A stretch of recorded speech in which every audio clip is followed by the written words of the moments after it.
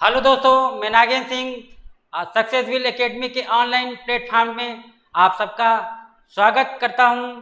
जैसा कि आप जानते हैं कि जो पीछे का वीडियो है हमारा वो एशियंट हिस्ट्री, तो एशियंट हिस्ट्री के बारे में हमने बताया था कि उसमें कौन कौन से टॉपिक पढ़ने हैं और क्या क्या नहीं पढ़ना है। तो सारे टॉपिक हमने क्लियर कर दिए थे। आज हम बात करेंगे कि मध्यकालीन भारत का इतिहास।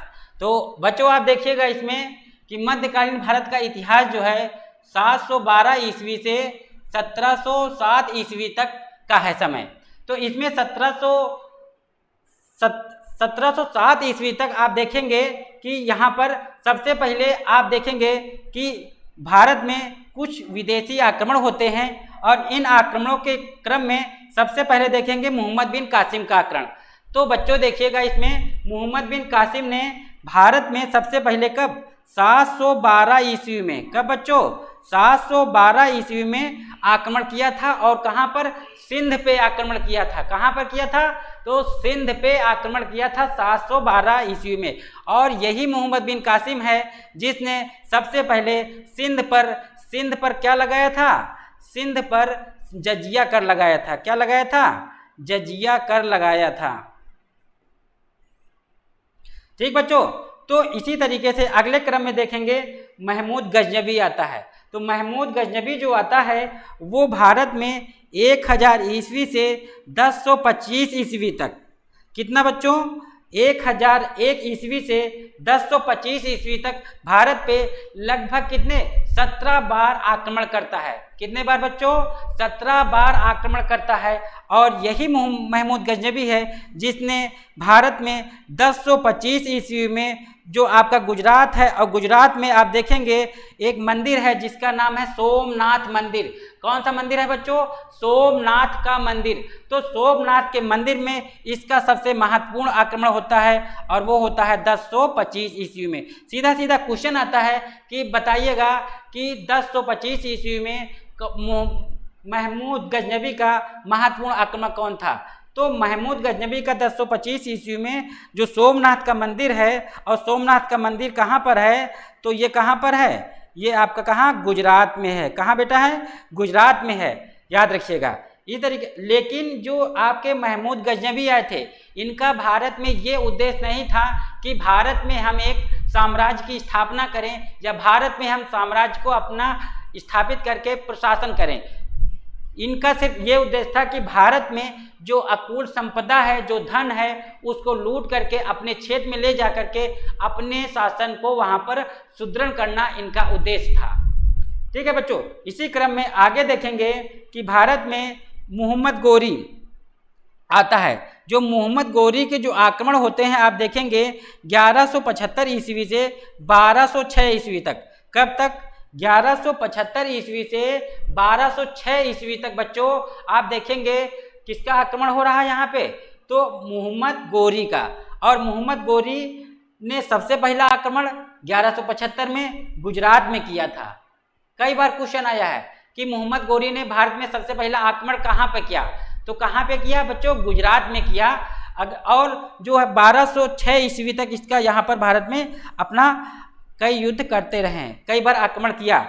और मोहम्मद गोरी का ही जो सेनापति था, जो गुलाम था, उसका नाम था कुतुबुद्दीन ऐबक। क्योंकि जब मोहम्मद गोरी भारत में आक्रमण करने के बाद जो क्षेत्र को विजय कर लेता था, विजय करने के बाद ये अपने गौर प्रदेश चला जाता था और वहाँ पर अपना जो है मनाता था, उल्लास के साथ अपना विजय मनाता था कि किस प्रकार से भारत में जीता है। तो यहाँ पर जब गुलाम वंश की जो स्थापना होती है तो कुतुबुद्दीन ऐबक करते हैं। और कुतुबुद्दीन ऐबक होते कौन हैं? तो मोहम्मद गोरी के दास होते हैं। और जो कुतुबुद्दीन ऐबक थे वो गुलाम वंश से संबंधित थे, तो इसीलिए उन्होंने अपने नाम पर इस नए वंश की स्थापना की। कौन सा वंश? गुलाम वंश की स्थापना की बच्चों।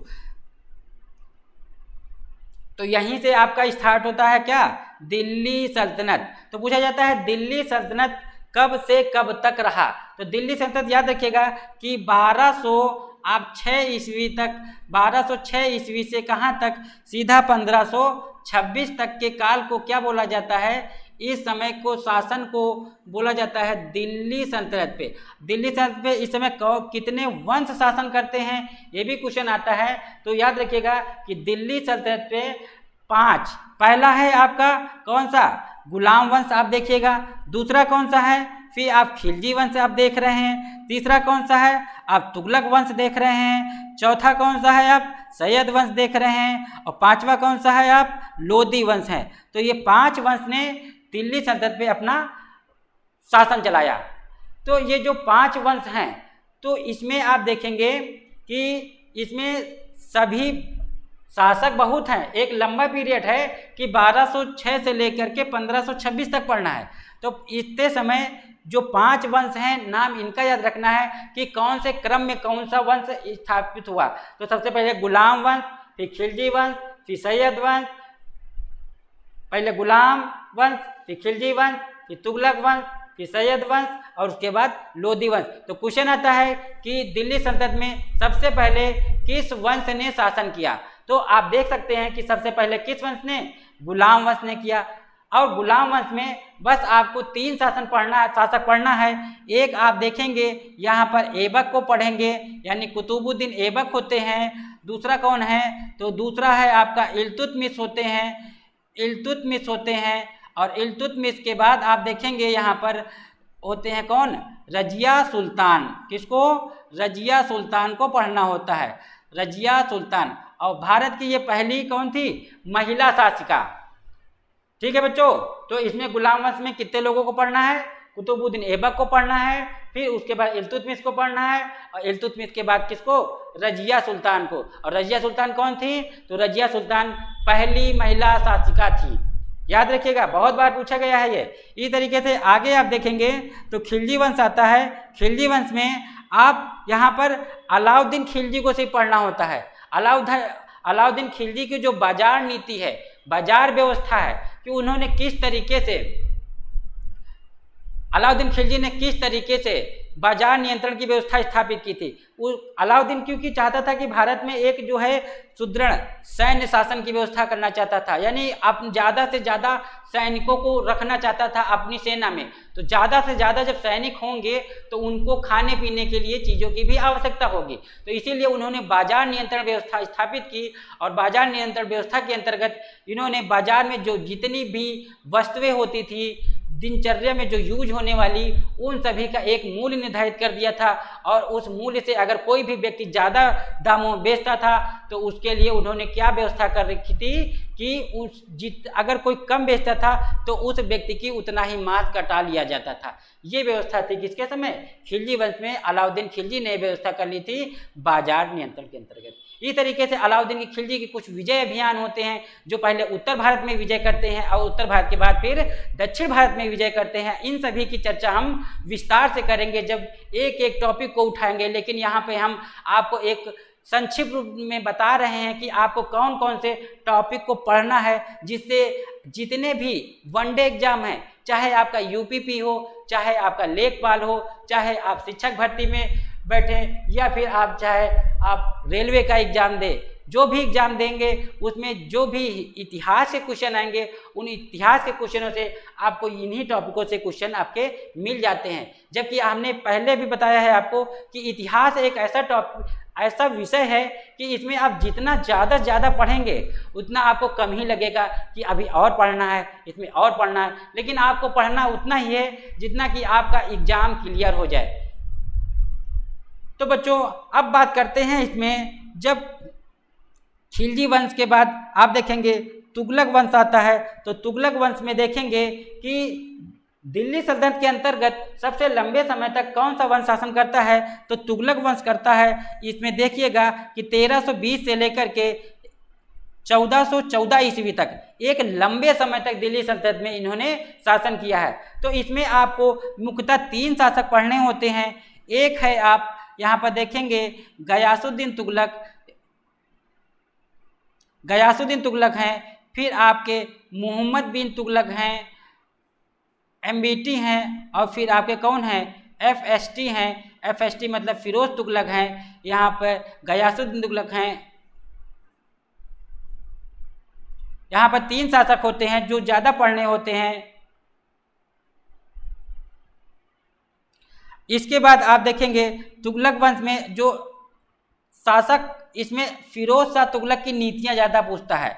ये तो आपको स्थापित कर देते हैं, साम्राज्य की स्थापना कौन करता है, तो गयासुद्दीन तुगलक। लेकिन यहाँ पर आप देखेंगे कि जो ये फिरोज शाह तुगलक की जो नीतियाँ होती हैं, इनकी नीतियाँ को छिपाने के लिए किसकी, मोहम्मद बिन तुगलक, क्योंकि मोहम्मद बिन तुगलक को इतिहास में मूर्ख कहा जाता है।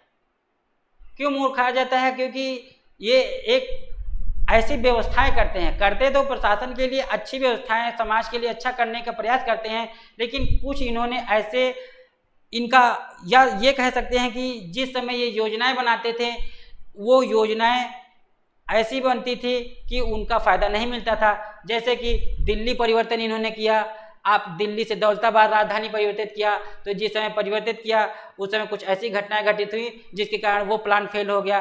फिर कराचिल अभियान किया, फिर और भी अभियान किए, लेकिन सभी अभियान इनके क्या हो गए, इनके सारे अभियान फेल हो गए। तो इसीलिए इनको इतिहास में पागल कहा जाता है। जबकि ये पढ़ा लिखा बहुत था, लेकिन इसकी योजनाएं अच्छा करने का प्रयास करता था, लेकिन योजनाएं इसकी असफल होती थी। इसने सांकेतिक मुद्रा का प्रचलन कराया, तो सांकेतिक मुद्रा का प्रचलन कराया, इससे क्या हुआ कि उसमें कोई प्रतीक नहीं रखा, तो उसमें क्या हुआ कि ज़्यादा से ज़्यादा घरों में टकसाल ही बन गए, लोग नकली सिक्के बनाने लगे। और फिर इन्होंने कहा कि जो सिक्के लोगों ने बनाया है उन सिक्कों को फिर से हमारे कोष में, राजकोष में जमा करिए और वहाँ से आप ओरिजिनल वाले सिक्के लीजिए। तो इस तरीके की योजनाओं करके इससे इनका राजकोष भी खाली हो गया। तो ये सारी चीज़ें हैं जिससे जो है आपका मोहम्मद बिन तुगलक का शासन अच्छा नहीं माना जाता है। फिर फिरोज शाह तुगलक के बारे में बताया जाता है कि इन्होंने नहरों की व्यवस्था ज़्यादा की, इसलिए इनको इसमें याद किया जाता है। अब बात करते हैं सैयद वंश। सैयद वंश भी देखिएगा 1414 ईस्वी से लेकर के 1451 ईस्वी तक का समय है, ठीक है। सैयद वंश के बाद आप देखते हैं लोधी वंश। तो लोधी में सबसे बाद वाला जो शासक होता है कौन, आपका इब्राहिम लोधी होता है, क्योंकि इब्राहिम लोधी और आगे आपका जो बाबर है, बाबर के मध्य युद्ध होता है। तो यहाँ से आप दिल्ली सल्तनत का अंत हो जाता है और सीधा आ जाएंगे मुगल काल में, क्योंकि यहाँ पर जो लोधी वंश का अंतिम शासक होता है इब्राहिम लोधी। इब्राहिम लोधी और जो बाबर हैं इनके मध्य होता है युद्ध 1526 में। आपने सुना होगा कि पानीपत का प्रथम युद्ध। तो पानीपत का प्रथम युद्ध कब हुआ, तो 1526 में हुआ था। और ये युद्ध किसके मध्य लड़ा गया, तो एक तरफ थे आपके कौन, एक तरफ थे बाबर और दूसरी तरफ कौन थे, तो दूसरी तरफ थे इब्राहिम लोधी। इब्राहिम लोधी थे, तो इनके मध्य युद्ध हुआ था। इस युद्ध में बाबर की विजय हो गई थी और इब्राहिम लोधी की पराजय हुई थी। तो इसको कहा जाता है कि पानीपत का प्रथम युद्ध। कौन सा युद्ध कहा जाता है, पानीपत का प्रथम युद्ध, प्रथम युद्ध कहा जाता है। तो पानीपत के 3 युद्ध होते हैं बच्चों, तो ये प्रथम युद्ध है 1526 में, याद रखिएगा। पहला 1526 में होता है, फिर आगे हम बताएंगे कि कौन कौन से और होते हैं। तो यहाँ पर इसी युद्ध से भारत में जो मुगल वंश की स्थापना की तो किसने, बाबर ने की। अब बाबर के बाद देखेंगे यहाँ पर आप देखेंगे हुमायूं के बारे में। हुमायूं का शासनकाल पहले 1530 ईस्वी से 1540 तक रहा है, और उसके बाद एक बार फिर से यहाँ पर हुमायूं को देखेंगे कि 1555 ईस्वी से 1556 ईस्वी तक, क्योंकि यहाँ पर बीच में आ जाते हैं। जो यहाँ पर आप देख रहे हैं 1540 देख रहे हैं, तो कुछ घटना ऐसी होती है कि यहाँ पर आपका 1539 में, कब बच्चों, 1539 में और 1540 में 2 युद्ध होते हैं हुमायूं के मध्य और किसके मध्य, हुमायूं और शेर शाह के मध्य। तो इसमें शेर शाह जो होता है वो यहाँ पर हुमायूं को पराजित कर देता है, और ये बाद वाला जो युद्ध कहा जाता है इसे कहा जाता है कौन सा युद्ध, कन्नौज का युद्ध कहो, या इसी को कहा जाता है बिलग्राम का युद्ध कहो। तो ये इस युद्ध में जब पराजित हो जाता है तो हुमायूं भारत छोड़ करके भारत चला जाता है, बाहर चला जाता है, और वहाँ पर एक निर्वासित जीवन व्यतीत करता है। और उसके बाद जब यहाँ पर फिर से भारत में आता है तो 1555 में आता है। कब बच्चों आता है, 1555 में आता है और 2 युद्ध लड़ता है, एक मच्छीवाड़ा का युद्ध है और एक सरहिंद का युद्ध लड़ता है। तो यहाँ पर 2 युद्ध के बाद फिर से जो हुमायूं होता है एक बार दिल्ली सल्तनत का शासक बनता है। समझ में आ रहा है ना बच्चों? ये एक थ्योरी के रूप में, एक हम कहानी के रूप में आपको विस्तृत कर रहे हैं, बता रहे हैं, ताकि आपको पहले दिमाग में एक थीम बननी चाहिए। जब एक थीम बन जाएगी तो उसके बाद आपको डेट समय सब याद होता रहेगा। जब तक आप थीम नहीं बनाएंगे माइंड में, एक थ्योरी के रूप में नहीं इसको समझेंगे, तो आप तब तक उसको आप फैक्ट नहीं याद कर सकते हैं। फैक्ट अगर याद करना है तो पहले उसको एक कहानी के रूप में, पीछे की कहानी आगे कहानी किस रूप में जुड़ी हुई है, इन सब चीज़ों को ध्यान में रखना है, तभी आप इसको समझ सकते हैं बेहतर तरीके से। जब यहाँ पर हुमायूं की मृत्यु हो जाती है तो उसके बाद यहाँ पर आपके शासक आते हैं अकबर। तो अकबर जो होता है मुगल काल का तीसरा शासक होता है और ये किसका, तो बाबर के पुत्र हुमायूं हैं और हुमायूं के पुत्र कौन है, अकबर हैं। तो अकबर, यहाँ पर अकबर को ही भारत का सम्राट कहा जाता है।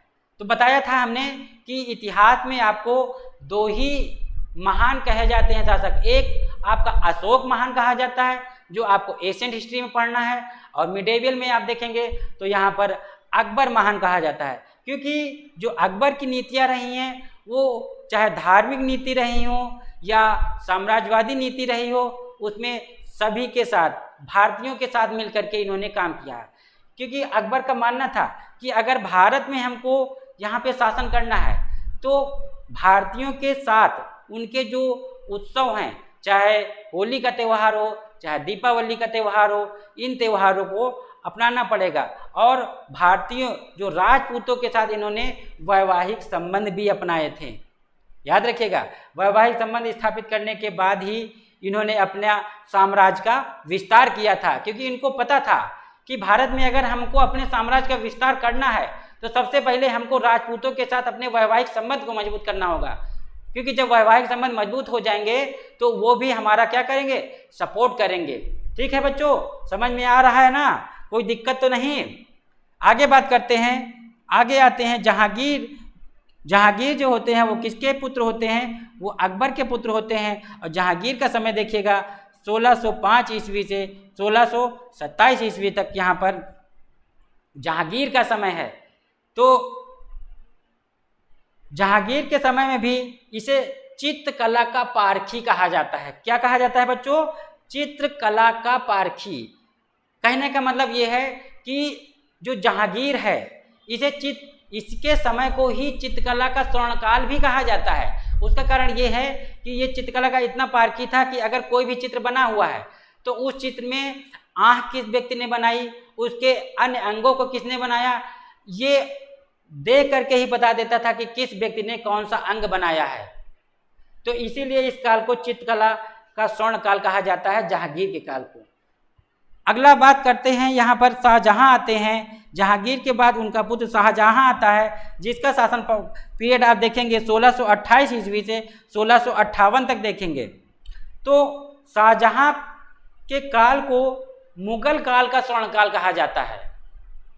मुगल काल का स्वर्णकाल कहो या स्थापत्य कला का स्वर्णकाल भी कहा जाता है। तो इसमें शाहजहां के बारे में भी विस्तार से बताएंगे। कोई भी शासक जो भी पढ़ाएंगे डिटेल में बताएंगे, जहाँ से क्वेश्चन आते हैं उनको पढ़ाएंगे। फिर हम पढ़ाने के बाद क्या करेंगे कि आपके जो आपका एसटी भी कराते रहेंगे। पहले टॉपिक हमने पढ़ा दिया, उसके बाद क्वेश्चन इन्हीं से हम बनवाएंगे और उन क्वेश्चनों को आपके सामने यहीं पर सॉल्व कराएंगे। और साथ में ही जो ये आप पढ़ रहे हैं इसकी पीडीएफ भी आपको आपके जो चैनल है आपका टेलीग्राम चैनल पे आपको इसका पीडीएफ भी प्रोवाइड कराया जाएगा, आपको दिया जाएगा बच्चों। तो समझ में आया कि नहीं? अब देखिएगा यहाँ पे है औरंगजेब। औरंगजेब के बाद देखिए, औरंगजेब का देखिएगा यहाँ पे शासनकाल।